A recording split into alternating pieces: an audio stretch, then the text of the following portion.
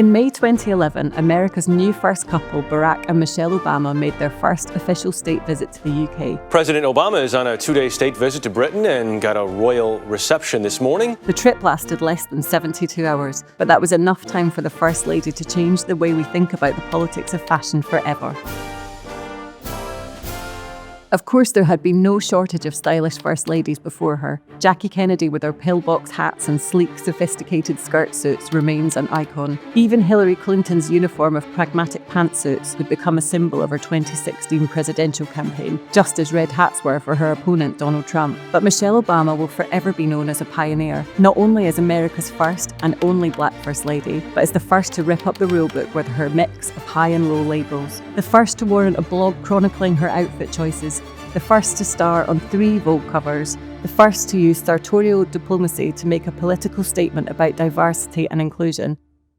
As Vanessa Friedman wrote in the New York Times, clothing played a role unlike any it had ever played before in a presidential administration.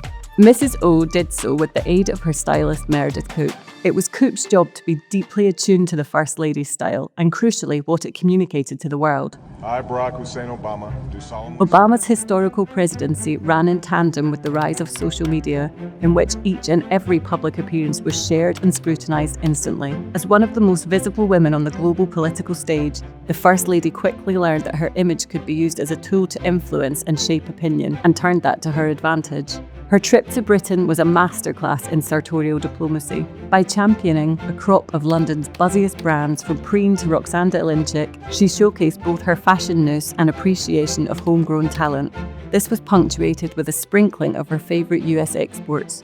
Was it a coincidence that these designers were indicative of both the countries she was visiting and the ones she was representing? Decidedly not, as confirmed by the Tom Ford ivory gown she chose for the Buckingham Palace state banquet, an American designer who at the time called London home. It was a subtle soft power strategy, which is now commonplace among royals and world leaders alike. Michelle Obama has always been unapologetic about celebrating a love of fashion. From the beginning, it has served as her most relatable asset. It was back in 2008, during an appearance on Jay Leno, that she first wore J.Crew, a carefully calculated response to the news of Sarah Palin's $150,000 campaign clothing budget. Leno asked Michelle Obama how much her outfit cost. Obama told him she bought it herself from J.Crew online.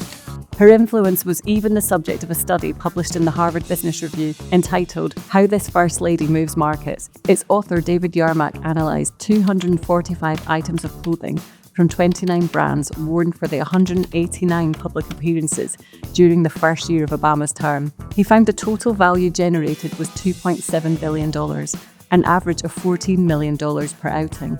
For example, immediately after her appearance on Jay Leno, J.Crew stock value jumped 8%. 4 days later, it was up 25%.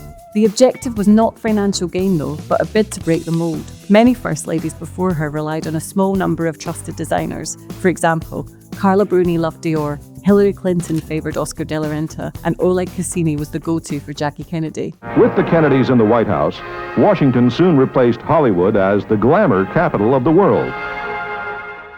In refusing to conform to type, Obama was able to support independent designers, combine couture with contemporary, and reflect the diversity that was central to the Obama administration. Among her most widely publicised rule-breaking moments was her first official White House portrait, for which she dared to expose her bare arms. It caused a commotion because it was not considered typical First Lady attire, deemed by critics to be too casual and too revealing. But the Michael Kors shift dress embodied a thoroughly modern attitude. In other words, it wasn't really about the dress at all, but the woman wearing it.